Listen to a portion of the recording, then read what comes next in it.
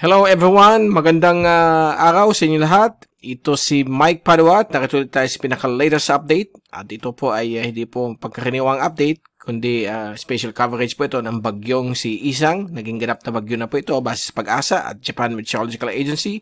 Subalit ang Joint Typhoon Warning Center, isa pa rin siyang LPA, but any moment tonight, baka gawin na po itong Tropical Depression 19W.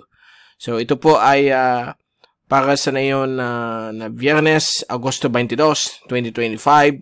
Ito po ang Tagalog version. Pinaglikod sa inyo ng Typhoon 2000 at ng Naga College Foundation. At bago tayo magsimula, gusto kong pasalamatan ang ating partners, ang BPI Sustainability. Yung interested to know more about the program nitong BPI Sustainability, click lang po niyo yung link dito. At ang lokal na gobyerno ng Naga City headed by Honorable Mayor Lenny Robredo at ang ating Honorable Vice Mayor Gabby Bordado. So, ngayon, naging ganap na bagyo po ito bago nag-landfall sa may Northern Aurora, itong si Isang. At sa ating latest GovSat, kaninang alas 2, ito na sa may northeastern part ng Quirino. But as we speak right now, mag-alas 8 na po ng gabi, nasa may pa-exit na po siya ng either Benguet or La Union. And then lalabas na po ito sa West Philippine Sea later tonight. At yung kita ninyo dito, yung kanyang trough ay bibigay po ng mga cloudy conditions at may mga paulan-ulan sa Mimaropa, Visayas at ibang parte po ng Northern Luzon. Samantala dito sa may malapit po sa kanyang center, sa may southern part ng Northern Luzon and Central Luzon, medyo malalakas po dyan ang ulan dahil po sa kanyang convective structure, yung kanyang sirkulasyon. So yung habagat ay currently absent. Okay? May konting southwesterly wind flow lamang, but hindi po natin ito sabihin na isang habagat dahil po ang habagat na yun ay medyo nasa break pa po. Kaya ang itsura niya medyo pabilog. Okay? Wala masyadong figure 9 na nakikita natin pag may habagat. At yung hangin halos non-existent. Okay? Samantala dito sa may Palau, meron din isang mahinang LPA o shallow LPA na inaasahan tatahak patungo sa northwest dito sa Philippine Sea sa susunod na 5 araw. Mabantayin po natin dito itong system na ito dahil po nagpapopulate na yun ang ensemble ng European model. May posibilidad na baka maging depression po ito bago dumaan malapit sa northern Cagayan. So yan po ang pinapakita ng mga computer models. Let's hope and pray sana hindi matuloy po ito. Samantala, ang bagyong si Waning, yung dating Waning, which is now known as Lingling, ay naglandfall na kagabi sa may Kyushu at yung mga natitirang kaulapan na lang po niya ang dumadaan sa may offshore areas ng Shikoku, kaya downgraded na po siya bilang isang tropical depression kaninang umaga. Baka sa mga oras ito, low pressure na lang po siya. So, wala na po yan. Okay, ang bagyong yan. So, ito po yung fast animation. So, nakita ninyo yung makapal na rain bands ng bagyong ito. Lalo na po dito sa may area po ng Benguet. Okay, tapos dito sa may Ifugao. Basta yung ibang parts po ng CAR ay affected po nitong bagyong ito ng mga malalakas na ulan. So, may posibilidad na magkakaroon ng mga pagbabaha sa mga low-lying areas, mga landslides. Mag-ingat po kayo lahat dyan. Also, sa may La Union, Pangasinan. So, may mga possible pong mga more than 100 mm na ulan na pwedeng ibagsak po dyan. The rest ay okay naman po yung mga pag-ulan. Hindi naman po aabot sa alarming levels. Mga 20 to 50 mm lamang po. At nakita pa at magkakaroon po ng improvement ng panahon simula bukas sa ibang bahagi po ng ating kapuluan. Dito sa may Luzon ay magsimula na rin po mag-improve ang weather simula bukas hanggang sa Linggo. At yung sirkulasyon itong si shallow LPA ay medyo sabog po as of this time.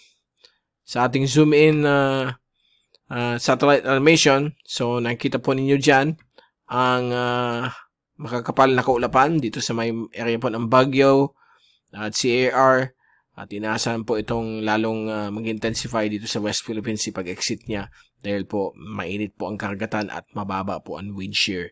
So inaasahan po itong lalakas at inaasahan po itong baka pag in-upgrade na po ito ng Japan Meteorological Agency, tatawagin po ito na Bagyong Kajiki. Yan po ang international name ng JMA.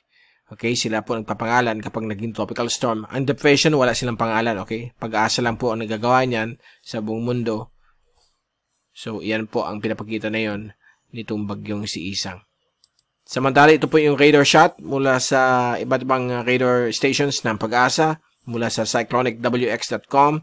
Itong sa may area po ng Tagaytay, nakitang-kita po ninyo dito mga pabuso-busong ulan sa may area po ng Bataan hanggang dito sa may western Zambales. At may mga ilan rin mga thunderstorms na dumaan po sa Kabikulan, dito rin sa Naga City, mula alas 5 hanggang alas 6. So, medyo may kalakasan din yung ulan. Although, umabot lang po sa 20 millimeters ang pinakamataas na ulan na nakarecord dito sa ating syudad. At sa Japan Meteorological Agency, ito yung track nila. So, kaninang alas 5, nilabas na nila sa West Philippine Sea, itong si Isang. And then by tomorrow afternoon, Sabado, lalabas na po siya sa Philippine Air Responsibility at may posibilidad at mataas ang probability na magiging tropical storm itong bagyong ito, si Isang. Ito yung track ng Pag-asa at same din po, similar sa track ng Japan Meteorological Agency. Bukas ng hapon, magiging tropical storm din siya sa labas ng Philippine Air Responsibility patungo na po sa South China Sea from the West Philippine Sea. At dito po sa may Southern Hainan, dyan po siya inaasahan dadaan sa Lunes po ng early morning base sa long range forecast ng Pag-asa kay Isang. Ang wind signal number 1 ay natiling nakataas sa buong hilagang Luzon and Aurora. So, yan po ang mga inaasahan pong may inaasahan ng hangin na pwedeng umabot po ng 50 km bawat oras. But since maliit lang system, baka dito lang sa area ng Quirino, Nueva Vizcaya, Benguet, La Union, ang medyo kakaroon po ng hangin hanggang 50 o 50 km bawat oras. Ito po yung forecast ng Cyclonic WX. Galing po ito sa mga model forecast intensity kay Isang at pinapakita dito na inaasahan po posibleng maging isang category 1 na bagyo itong bagyong ito for the next 3 days habang papalapit po sa may Hainan at Northern Vietnam. Pati itong multi-diagnostic comparison, same naman po ang forecast sa hangin but sa area po ng wind shear, yung wind shear forecast mukhang babagsak po ang wind shear. So, inaasahan pong lalakas pa itong bagyong ito sa West Philippine Sea. Sea surface temperature mainit at yung mid-level relative humidity ay nasa 70 to 80%. So, basang-basa po ang atmosphere for more intensification itong weather system na ito. Ito po ang 24-hour rainfall accumulation forecast. Simula na yung gabing alas 7 hanggang alas 7 bukas ng gabi. At inaasahan pa rin po dito sa may western Pangasinan. Sa may area po ng Pangasinan, pwedeng umabot po ng 50 to 100 or more than 100 millimeters ang ulan. At dito po sa may western Zambales at Bataan, kasama po ang ibang parts ng Metro Manila, ay nasa 20 to 50 millimeters na po ang mga pag-ulan. So, improving weather na po ito. Pag i-move natin sa Sabado, halos wala na po mga ulan sa western Luzon. Lalo-lalo na po sa mga susunod na araw. Hanggang sa Miyerkules, normal na po ang mga rainfall pattern sa ating lugar. More on localized thunderstorms lang po sa hapon o gabi. At sa ating ensemble mula sa easterly wave, ito po yung European model. Ay pinapakita dito ng European model ensemble na mukhang pinapalakas po itong isang mahinang LPA. So, we will keep you updated kung ano mangyayari po in the coming days yan sa LPA na mahina sa may Palaw. At sa ating latest mula sa DeepMind, ng Google Weather Lab, kasama po dyan ang European model. Yan po yung kulay orange. At kita ninyo, dumaan yan sa may Luzon at patungo sa may area po ng Southern Hainan. At yung isa dito na nag-form sa may Palaw ay babantayin po natin kasi ang Google Mind ay mukhang pinapalakas po bilang isang active LPA or tropical depression habang dadaan po sa may Northern Cagayan sa darating pong Tuesday o Martes, August 26. So, we will keep you updated for further development yan kung matutuloy po siya. But we hope and pray na sana hindi matuloy. At kung titingnan natin ang forecast hanggang sa first few days of September, halos magulo po ang Western Pacific sa mga blue at green dots. Yan po ang mga forecast models but hindi pa po siya naka-cluster na magkadikit-dikit. So, malalaman po natin yan in the coming days. At sa alon, dahil po sa pag-form nitong bagong bagyong si Isang, bukas po inaasahan pa rin po dito tataas ang alon up to 3 meters dito sa may bahagi po ng West Philippine Sea, west of Ilocos Region. Samantala, ang ibang bahagi po ng West Philippine Sea sa west ng Mindoro at west ng Palawan ay pwedeng umabot po ng more than 1 meter.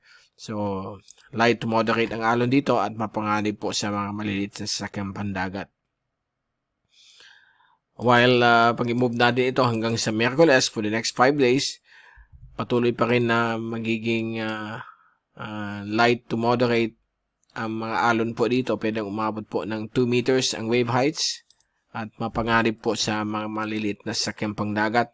Samantala dito sa may central waters ng ating kapuluan at sa East Philippine Sea ay manatili pong 0 o kalmado hanggang 1 meter ang laki ng alon. So suitable po dito mag-fishing at mag-sea travel. So dito sa may West Philippine Sea, mag-ingat po kayo dahil hindi po maganda ang alon dyan dahil po sa paglakas ng bahagya ng habagat sa susunod na 5 araw. So, dyan muna natin tatapusin ang pinaka-latest update. Ito si Mike Pado nagpapaalam. Kita-kita ulit tayo bukas sa ating next update. Happy weekend to all. At maraming salamat po sa pagpanood sa ating channel. God bless po sa inyo lahat.